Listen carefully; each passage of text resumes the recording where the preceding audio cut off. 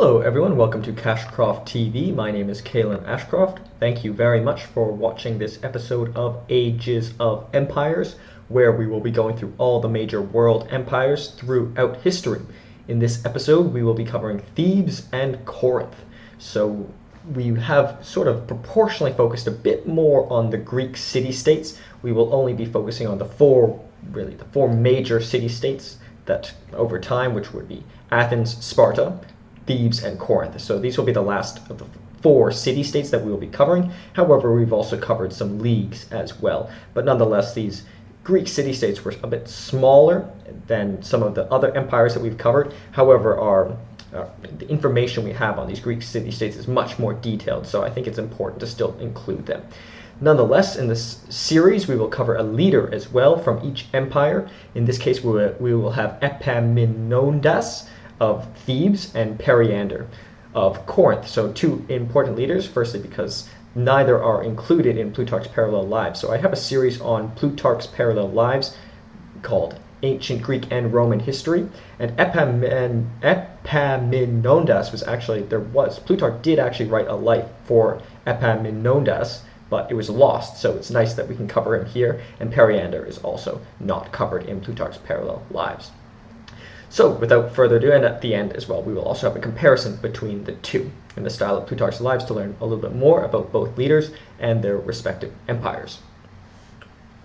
So, starting with Thebes and Epaminondas.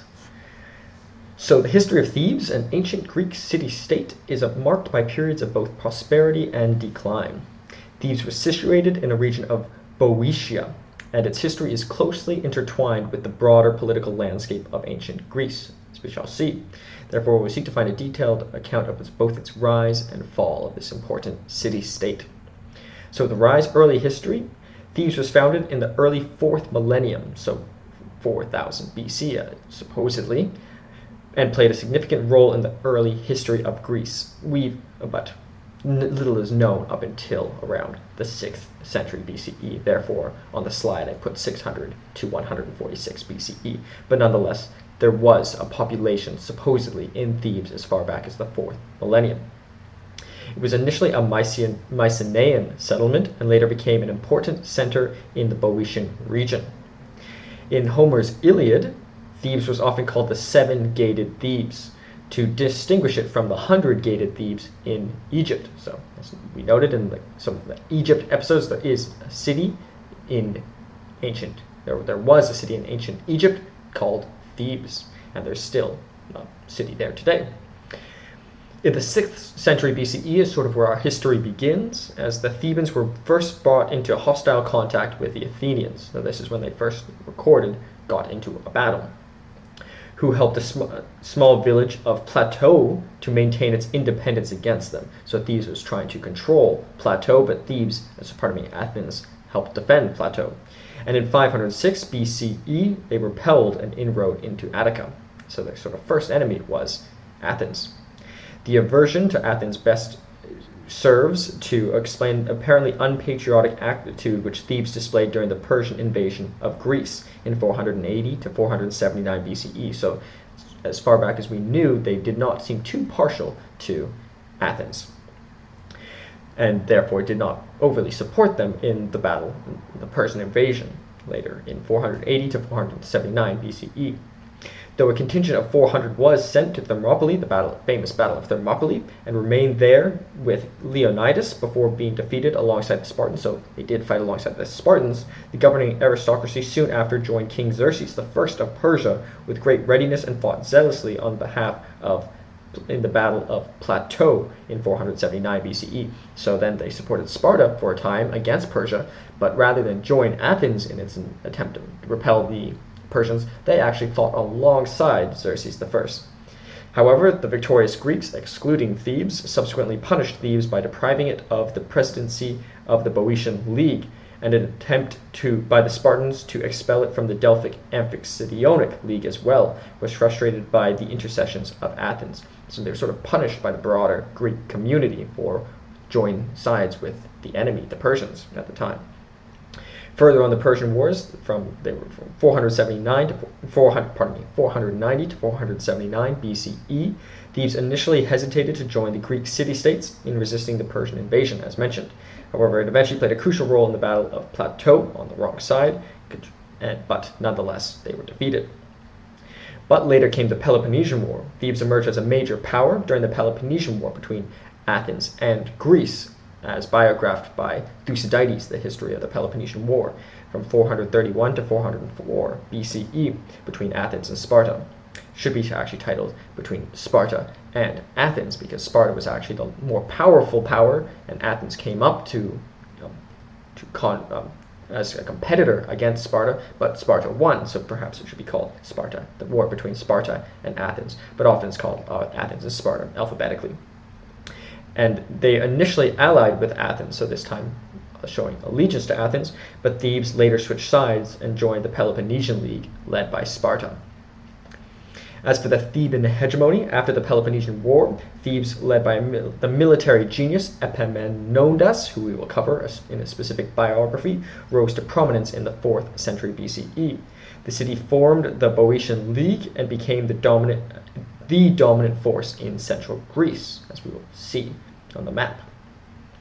According to the Hellenica Oxyrhynchia, in 395 BCE, the Boeotian League comprised 11 groups of sovereign cities and associated townships, each with which elected one boeotarch, or minister of war and foreign affairs, contributing 60 delegates to a federal council at Thebes. So the Theban hegemony was almost like a Theban League,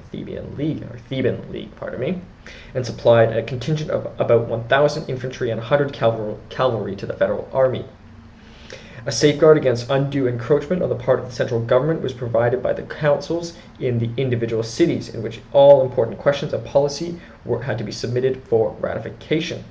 These local councils, to which propertied classes alone were eligible, were subdivided into 4 sections, resembling the Prytanes of the Athenian Council, which took in its turn to vote on all new measures.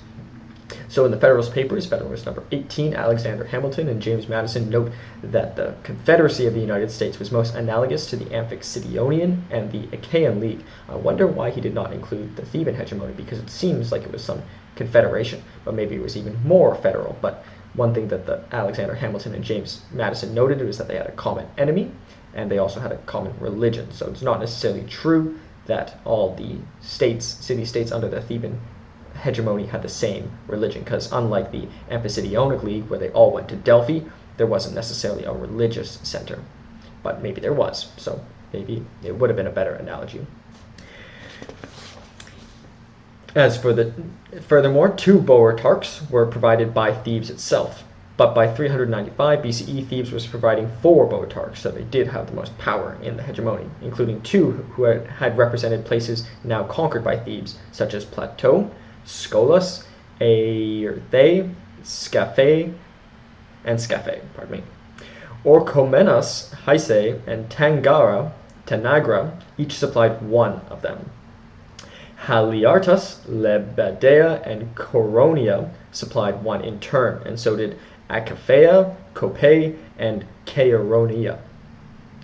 The total military force of the Boeotian League was about 11,000 infantry and 1,100 cavalry, so about 10 times as much infantry as to cavalry, and has been used as a basis for the numbers of calculations of the population of the region in the early 4th century BCE. John Bintliff assumes an additional 21,000 light troops and rowers in the navy for a total of 33,100 men. Assuming the same number of women, the 2 children and 1 slave for every household, he estimates the total Boeotian population of 165,500, including 33,100 slaves. Mogen's Hermann Hansen assumes an additional 12,000 light troops for a total of 24,200 men in the army. He assumes that 25% of the men were ineligible for military service, so his total population of men of the ages between 20 and 50 was 30,250. Using model of light tables, he calculates the total male citizen population of 72,240 and an equal number of women, for a minimum free population of 144,050. plus an unknown number of slaves and foreign residents. He proposes a maximum of 250,000 for the entire hegemony. By comparison, the population of Boeotia was 38,000 to 50,000 in the late 16th century, according to Tahrir records, 40,000 or to 42,000 in the 1889 census, and 117,920 in the 2011 census. So supposedly the population in Boeotia may have even been larger before, according to these sources. As for the slide, I said 30,000 to 40,000 because that's in the city-state itself, but nonetheless they had powers over many of the other city-states in the Boeotian League. Moving to the Battle of Leuctra in 371 BCE, the turning point in the Theban history came at the Battle of Leuctra, where the Theban forces under Epaminondas defeated the Spartans. This victory shattered the Spartan hegemony, and Thebes became the leading power in Greece. As for the Theban Sacred Band, the Sacred Band of Thebes, an elite military unit composed of 150 pairs of male lovers, played a crucial role in the Theban military successes. Their loyalty and discipline were key factors in the Theban military supremacy, so that's very unique, and I haven't seen that paralleled really in any other city-state or empire. As for the fall, however, of the Theban hegemony, or the Theban Empire, starting with the Battle of Mantinea in 362 BCE. Despite their earlier successes, the Theban hegemony faced a setback at the Battle of Mantinea. Epaminondas was killed in the battle, and the decline of Theban power began. As for internal strife, the death of Epaminondas led to internal strife with Thebes.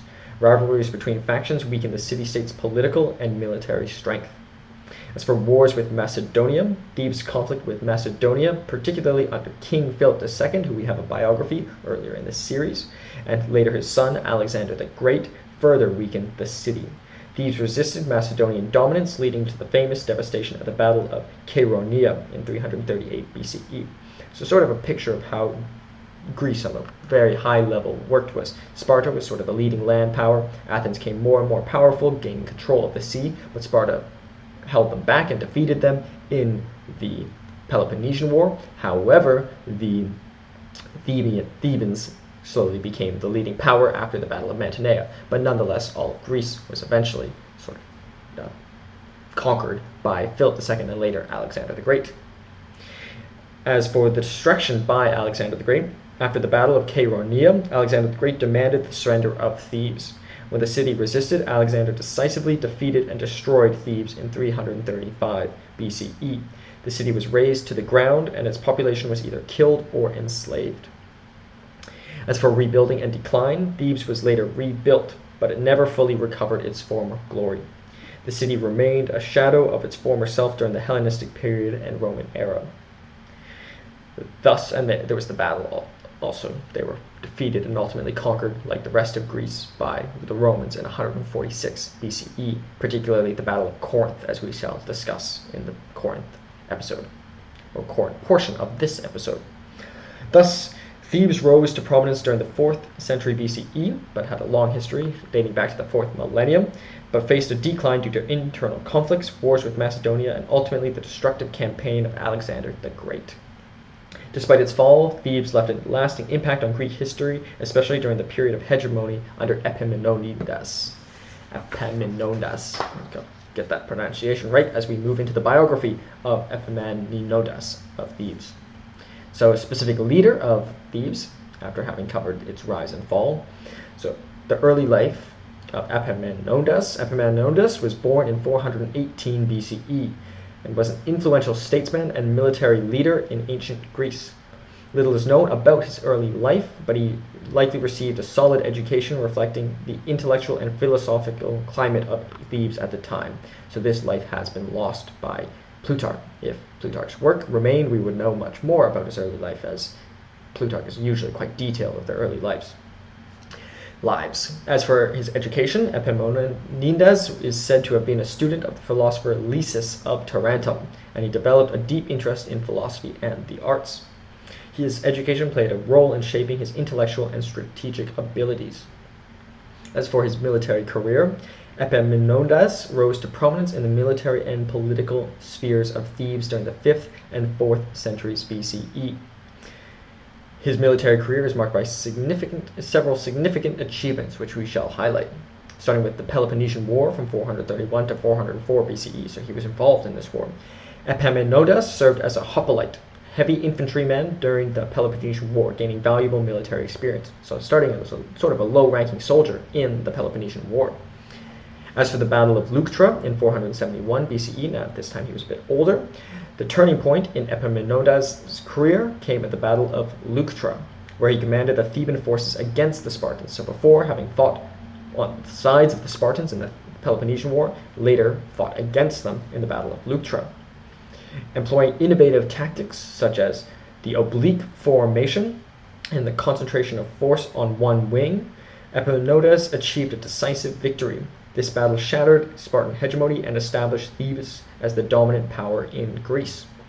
Interesting, just popped in my mind that in this story of the Peloponnesian War by Thucydides, he mentions that because most people hold their shield in their left hand and their sword in their right hand, the right side sort of pushes forward and the left side pushes back. Even if one side is much stronger, it tends to be sort of like an angle on the battlefield. So it's not usually like a flat line. It sort of starts to shift over. So just something that I had not considered, but now I sort of visualize as I think of these battles now. As for the Boeotian hegemony, after defeating Sparta, after Leuctra, Epaminondas led Thebes in establishing a hegemony over Boeotia and central Greece. He reorganized the Boeotian League, promoting democratic reforms and weakening the traditional dominance of the aristocratic elites. As for his further campaigns against Sparta, Epaminondas launched military campaigns against Sparta, challenging their military prowess. He invaded the Peloponnese, causing significant disruptions to the Spartan power. Therefore, ultimately, the Thebes became the leading military power in Greece. Thus, for his legacy, Epaminondas' legacy is primarily associated with his military innovations and political reforms. His contributions include the Sacred Band of Thebes. Epaminondas is credited for forming the Sacred Band, as previously mentioned, an elite military unit composed of 150 pairs of male lovers, so 300 male lovers. And the bond between these soldiers was believed to enhance their courage and effectiveness in battle. But then again, maybe it's not 150 pairs of male lovers. Maybe it wasn't 300. Maybe it was 150 exactly, and maybe they 75 pairs, or maybe they weren't even pairs. Maybe they're a completely polygamous group. I'm not certain of that, but I think it was 150, not 300. So I think I wrongly assumed that they were in pairs. As for his military tactics, Epaminondas' tactical innovations, such as the oblique formation, which focused the main thrust on one wing of the army, influenced later military strategists, including Philip II of Macedon and his son Alexander the Great, who would come to conquer Greece later. As for political reforms, Epaminondas implemented political reforms in Thebes, promoting democratic principles and diminishing the influence of the aristocracy, so sort of populist in some way. His efforts aimed at creating a more inclusive and egalitarian political system. As for his death, Epaminondas' life came to an end at the Battle of Mantinea in 362 BCE. Despite leading Theban forces to victory against a coalition of states, including Athens and Sparta, Epaminondas was fatally wounded in the battle. Before his death, he reportedly expressed a regret for not having a family to carry on his legacy. So, as great as he was, he's still discussed today. Unfortunately, his life is lost by Plutarch. He regretted that he never had a family, so that's kind of a big portion of someone's life, and for someone who had achieved so much, it's something to consider. As for his impact on Greece, Epaminondas' military and political achievements had a lasting impact on the balance of power in Greece. While his life was cut short, his legacy endured through the ideas he championed and the military strategies he introduced. The Battle of Leuctra, in particular, remains a pivotal moment in ancient Greek history, marking the decline of Spartan dominance and the rise of Thebes under Epaminondas' leadership, and ultimately Thebes becomes the leading power in Greece. And that is the life of Epaminondas. So we will now discuss the content of the slide. So in terms of title, we have Thebes and Epaminondas. And it's also titled the Seven-Gated Thebes, as according to Homer, to differentiate it from the 100-gated Thebes in Egypt. And it was and is the largest city in Boeotia. Actually, I'm not sure if it still is, but it was the largest city in Boeotia. Significant leader, Epaminondas' empire, Thebes, period, 600 to 146 BCE, but it was first founded in the 4th millennium, but also rose to prominence in the 4th century. But I put 600 BCE arbitrarily, as that's sort of when the first battle was in the late 6th century against Athens. So if they were capable of fighting against Athens in the late 6th century BCE, they must have been pretty formidable at 600 BCE. So that's somewhat arbitrary. We could put it at the 4th millennium, but that would give us too large of a range. 400 to 146 BCE would also make sense. Square kilometers under the entire Boeotian League would be 3,200 kilometers, square kilometers, and that's the equivalent of 1,235 square miles. Almost like 1, 2, 3, 4, but it's 1, 2, 3, 5, so nothing special there. Percent of the world is less than 0.01%. And pardon me, those are also approximations, so I was just making a joke about the numbers. It's not like that's some coincidental number. As for capital city, Thebes, government was a hegemony with a federal council with boeotarchs contributed by all the city-states within the Boeotian League. But before it was an oligarchy, but individuals such as Epaminondas brought democracy to Thebes. Religion, Hellenism, or the Greek pantheon of gods.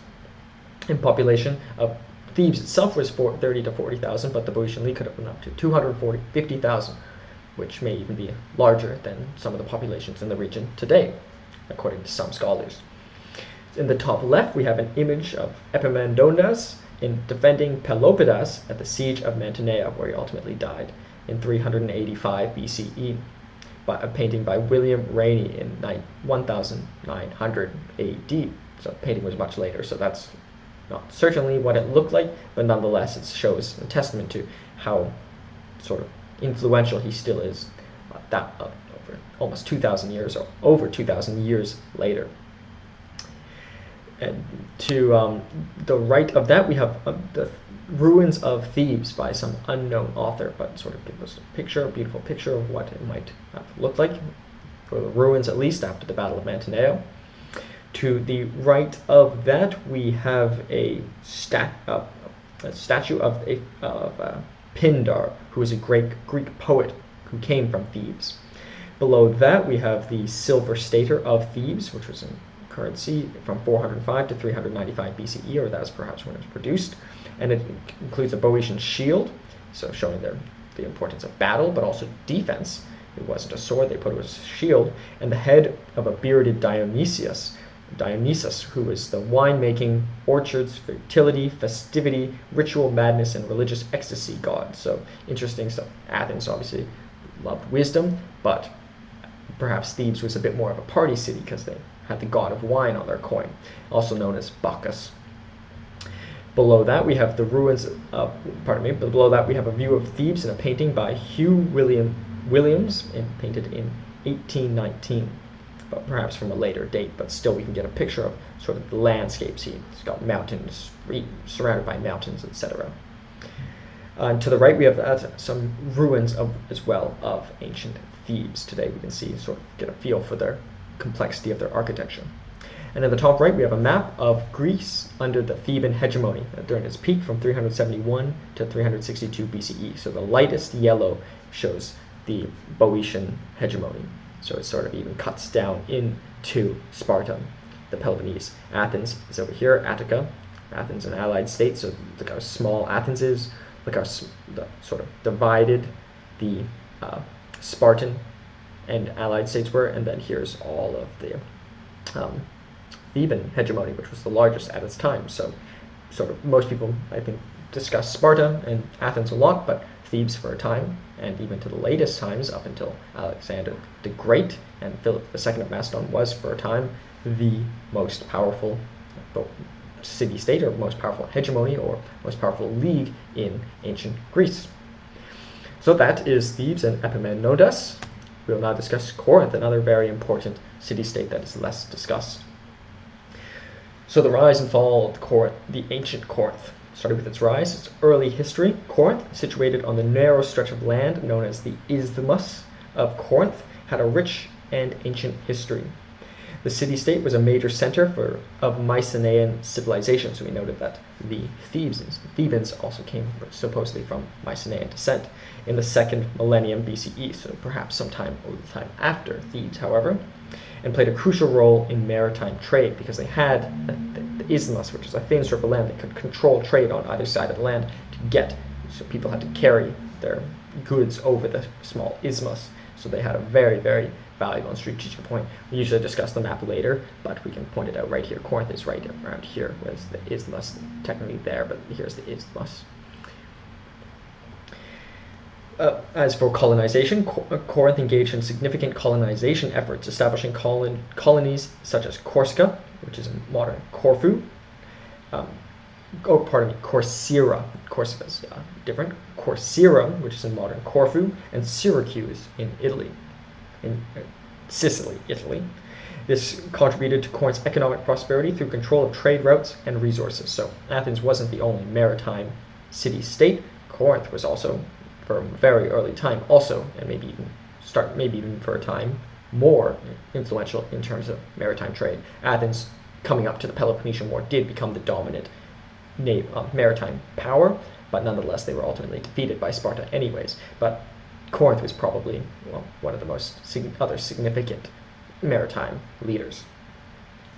As for the Archaic and Classical periods, during the Archaic and Classical periods, which is from the 8th to the 4th century BCE, Corinth emerged as a major naval and commercial power. Its strategic location allowed it to control trade between the Peloponnese and the rest of Greece. So just for further detail, the Peloponnese is all of this area, which includes Sparta. So the Peloponnesian War was Sparta, was the Spartan. The Peloponnesian League was led by Sparta. As for the participation in the Persian Wars, so Corinth actively participated in the Persian Wars from 490 to 479 BCE against the invading Persian Empire, so fighting alongside the other Greek city-states. But Thebes later traded sides and fought with Xerxes and was punished for it. The city played a role in the Battle of Salamis and the Battle of Plateau, contributing to Greek victory over the Persians. So they part in two of the most important battles too. And they never traded sides to the Persians, as did the Thebans. As for the Peloponnesian League, Corinth was a key member of the Peloponnesian League, an alliance led by Sparta. So in the Peloponnesian War, they sided with Sparta, who ultimately won the war too. So maybe they chose the winning side, or maybe the winning side, maybe if they joined Athens instead, maybe Athens would have won. It's hard to speculate. The city participated in the Peloponnesian War from 431 to 404 BCE against Athens, and Athens' league was called the Delian League. And the war had a profound impact on Corinth's fortunes, but did not lead to its immediate decline. As for the fall, however, which came soon after, starting with the Corinthian War from 395 to 387 BCE, but obviously it was not the decline started early, but the fall did not come for hundreds of years later, the ultimate decline.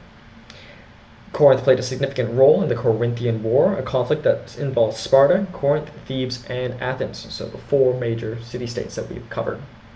The war ended inconclusively with the signing of the King's Peace in 387 BCE, which temporarily stabilized the Greek political landscape.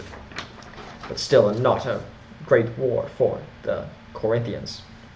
As for Thebes and the Corinthian hegemony, Corinth faced internal strife and external threats, particularly from Thebes. So Thebes and Corinth going head-to-head here. See, and they're actually really quite close. Them, Athens, and Corinth are quite close.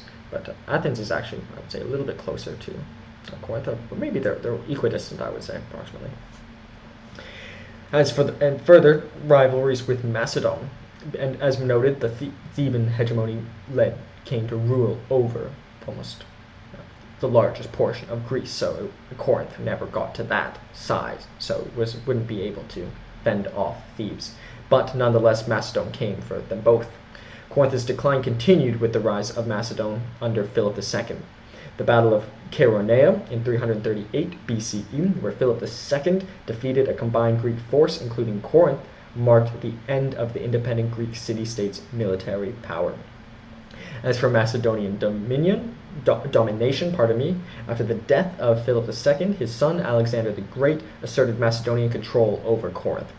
The city was initially resisted, but Alexander's overwhelming military might resulted in its submission. So, like many other city-states, ultimately defeated by Alexander the Great.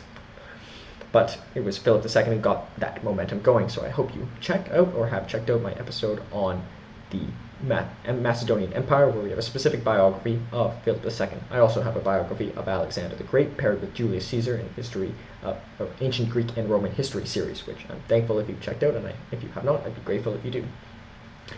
As for the destruction by Rome, so Corinth suffered a severe blow during the Roman conquest of Greece in 146 BCE. After participating in the Achaean League's resistance against the Roman expansion, Corinth was captured and subsequently destroyed by the Roman general Lucius Mummius. There was reconstruction under Julius Caesar. Corinth was later rebuilt by Julius Caesar in 44 BCE as a Roman colony known as Colonia Laus Iulia Corinthiensis. The city regained some economic prosperity due to its strategic location and status as a Roman colony. But 146 marks sort of the date of many of these city-states after Rome came to conquer them, particularly in the Battle of Corinth, which the defining battle in 146 BCE was fought at Corinth itself. Thus, Corinth experienced a rise to prominence during the Archaic and Classical periods, but internal conflicts, external invasions, and the shifting political landscape in ancient Greece led to its decline. The city's destruction by Rome marked the end of its independence, although it was later revived as a Roman colony, like many other Roman city-states. So that is the important Corinth, maybe not as powerful as Sparta, Athens, or Thebes, but nonetheless it was always there throughout all the history. It was on different sides, and it also probably had maybe geographically the most influential or important area because it was on the isthmus which connected the Peloponnese to the rest of Greece. As for a biography of Periander, Corinth was not known for having a single ruler who stood out as the most important in the way that some other Greek city-states did. Instead, Corinthian politics involved a system of oligarchy with ruling councils and magistrates. However, one Corinthian leader who made a significant impact on the city-state's history was Periander. Periander was the second tyrant of the Cypselid dynasty that ruled over ancient Corinth.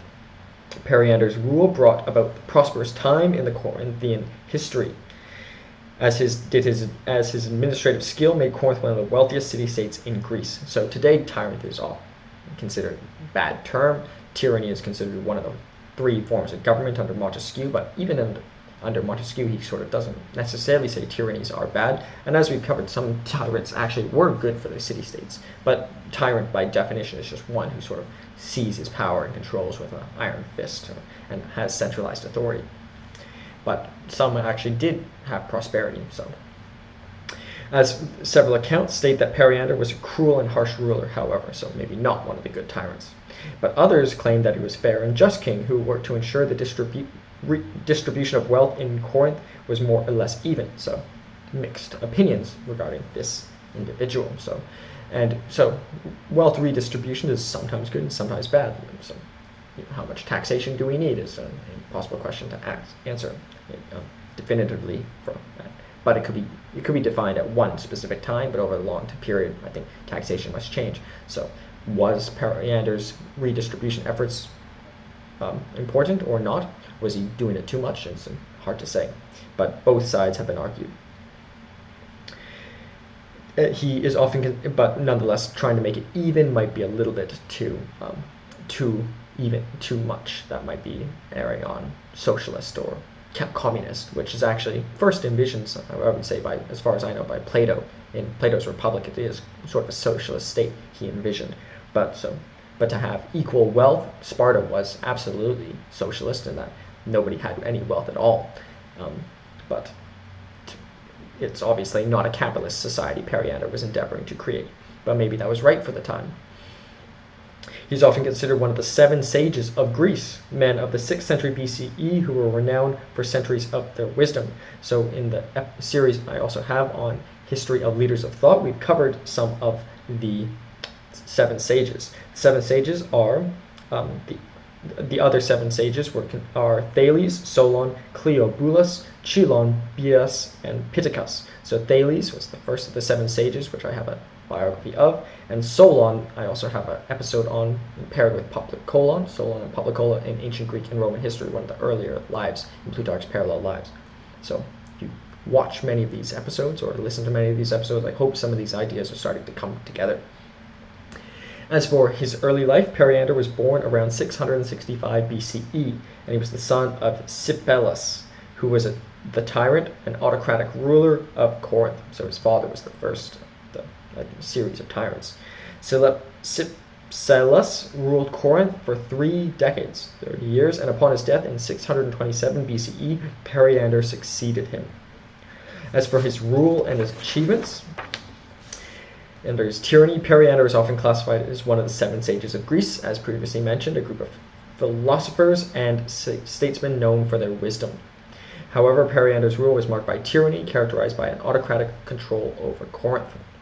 As for economic prosperity, Periander is credited with fostering economic prosperity in Corinth.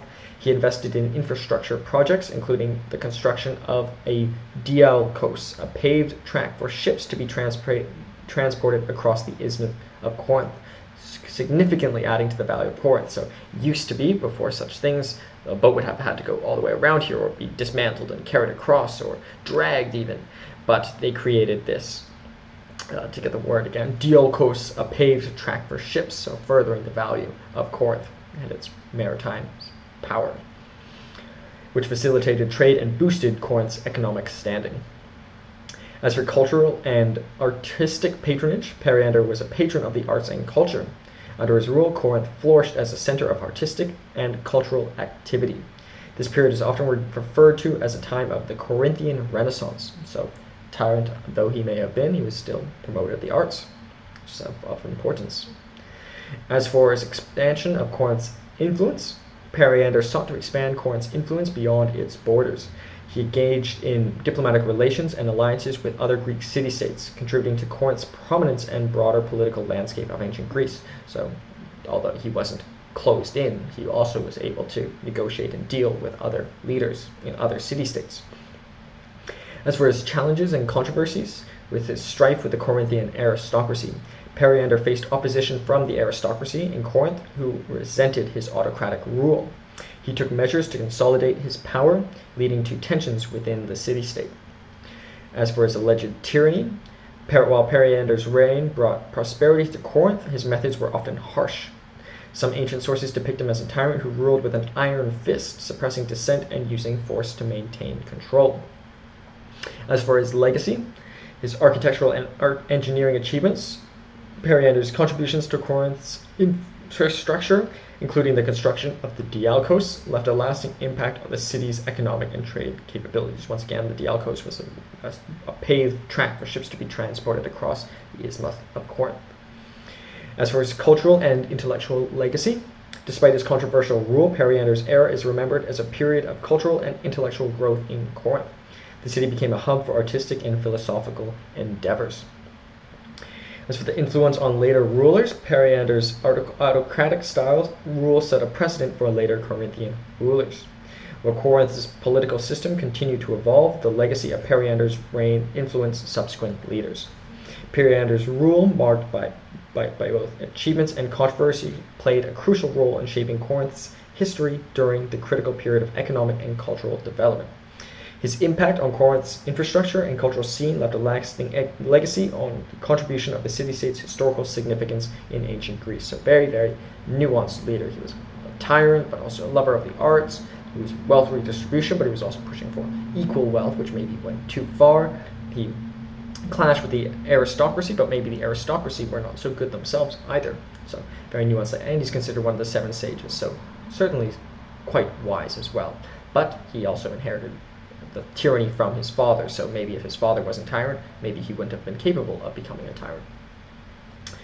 So that is Corinth and Periander. Maybe in another episode or another series I will also discuss between perhaps Corinth and the New Testament, the Corinthians books. But that I will not place here. So title we have Corinth, so to now discuss the content of the slide. Title, Corinth and Periander. They were rulers of the isthmus between Athens and Sparta, but also just the Peloponnese and the rest of Greece more broadly, and it was one of the largest and most important cities of ancient Greece. In the 4 major city-states, that if one were to focus on 4 only, we have Sparta, Athens, Thebes, and Corinth. Significant individual, Periander, Empire, Corinth, period, we'll say 900 to 146 BCE was the periods where it sort of started exerting significant influence.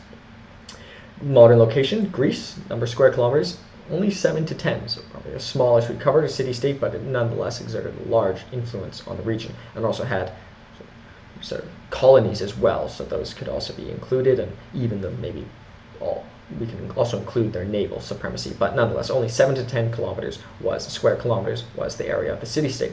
Square miles is only 2.7 to 3.9%, of the world less than 0.01%. Capital was Corinth. Government was an oligarchy with periods of tyrants with autocratic rule. Common language was Doric Greek. We must note that the Spartans were Dorians, so they spoke and acted perhaps, and I believe also racially, were more similar to the Spartans, whereas the Athenians were Illyrians, but the Thucydides is helpful in noting that the Peloponnesian War, was not a racial war, because some Dorians fought on the side of the Athenians and some Illyrians fought on the side of the Spartans. But Corinth was Dorian, and they fought on the side of Sparta, the Dorian leader. So it's important to note sort of detail that underlies some of these Greek city-states. As for the religion, was Hellenism or Greek polytheism. Population of the city-state was estimated to be 90,000. As for images, in the top left we have the bust of Periander. To the right of that we have a view of Corinth. It looks by the same unknown artist that did the ruins of Thebes. To the right of that we have a beautiful temple of Apollo, situated on a mountain. I don't know if I've ever been there, but it reminds me of the beautiful temple of Poseidon, which was one of the first sites I arrived in Greece when I was quite young, and I'm very thankful that I was able to do this when I was so young, and I guess it really inspired me to go to endeavor to research more about classical history, and particularly Greece. But when I first arrived, it was night, and then I woke up in the morning, and there was this great temple of Poseidon right on this mountain overlooking the water, and it kind of looks like that, so very beautiful. Below that we have a theater that was started to be produced in around 500 BCE, or was produced around 500 BCE, and could hold 15,000 persons, so must be very large, particularly for the time, and an indication of the population. To below that and to the left we have a street in ancient Corinth. I really find the streets fascinating. I think it's just a cultured thing to pave the roads and to have all these pavements, and I think it's really quite beautiful, but it's also tight too, so it's hard to try to visualize it being packed with all these people, and just would be an amazing sight to see, to go back in time and see. If anyone has a time machine, please let me know, as long as we can come back as well. As for to the right, there's the Pyrene fountain, an absolutely beautiful fountain. I was just thinking how, I don't know, maybe it's just me noticing, but it seems like a lot of fountains aren't running these days. So are our fountains, have we really progressed that far from the Corinthians? Because we have fountains too, and ours aren't running either. So, but theirs obviously looks even grander than some of our greatest fountains produced today. Below that we have a coin which has a Corinthian stater, which has Pegasus on the left, the winged horse, and Athena on the right. So as we noted, the Thebans had Dionysus, the god of wine and religious ecstasy and essentially partying, whereas Corinth has Athena. So maybe gives us a little detail as to the different cultures between these two city-states. And to the left of that, we have some additional information. So historical era was during classical antiquity, founding in approximately 900 BCE. The Cypselus ruled from 657 to 627 BCE, and it was captured and razed by the Romans in 146 BCE. It was preceded by the Greek Dark Ages and succeeded by the Roman Republic. So a huge span of land that existed during. And to the right, this is the third time we've shown this image, because Athens and Sparta was ultimately defeated by this battle, the Battle of Corinth. This is a painting by Tony Robert Fleury in 1870, so many years after, but I do think it's a really beautiful painting. And it was the last day before the Roman legions looted and burned Corinth, and it was their last stand, and they ultimately lost and became a Roman colony. And this is 146 BCE, which is the end date of Corinth, Athens, Sparta, and Thebes. And this battle was fought in Corinth. So maybe poetic that Corinth. We covered Corinth last, if you're watching these in order. In the top right, we have a map of we can see sort of all the city-states here. So we can see Thebes. This is not during the Theban hegemony, because the Theban hegemony even included all this region and all this region. Attica here, Athens there. Athens is in Attica. Sparta down here. This whole region here is the Peloponnese.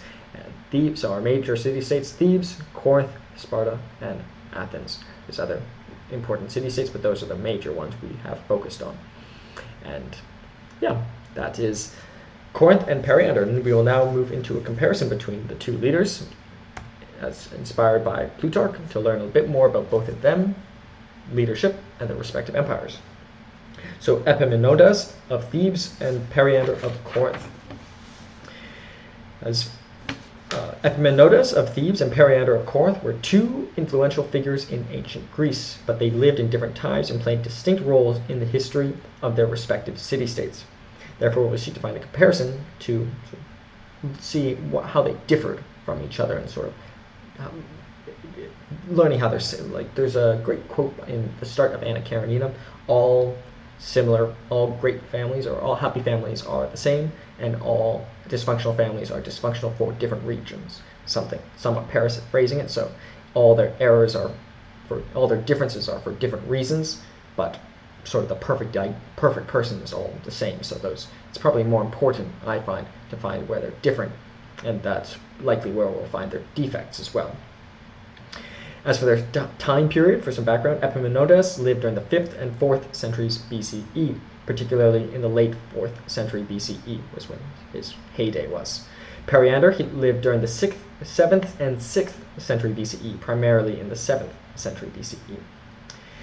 As for the geographic context, Epaminondas was associated with Thebes, a city-state in central Greece. Periander was associated with Corinth, a city-state located in the isthmus of Corinth, so they're not too far from each other. As for their political role, Epaminondas was known for his military and political leadership. He played a pivotal role in the Theban hegemony and was a key figure in the Battle of Leuctra. As for Periander, ruled as a tyrant of Corinth, consolidating power and contributing to the city's economic and cultural growth. So one way I would think of to compare these two leaders is maybe Periander was more inwardly focused and Epaminondas was more outwardly focused in terms of military. But that's broad brushstrokes. Epaminondas certainly did have large involvements internally, such as reducing the power, incorporating democracy and the structuring the Theban hegemony, or the Boeotian League. But nonetheless, Periander was also sort of maybe less focused on wars and such. But that's broad brushstrokes. But just trying to get to some differences here. As for their political role, as for their military achievements, to further detail this, Epaminondas is noted for his military innovations, such as the oblique formation and his victory at the Battle of Leuctra against the Spartans. So defeating the Spartans was no easy feat.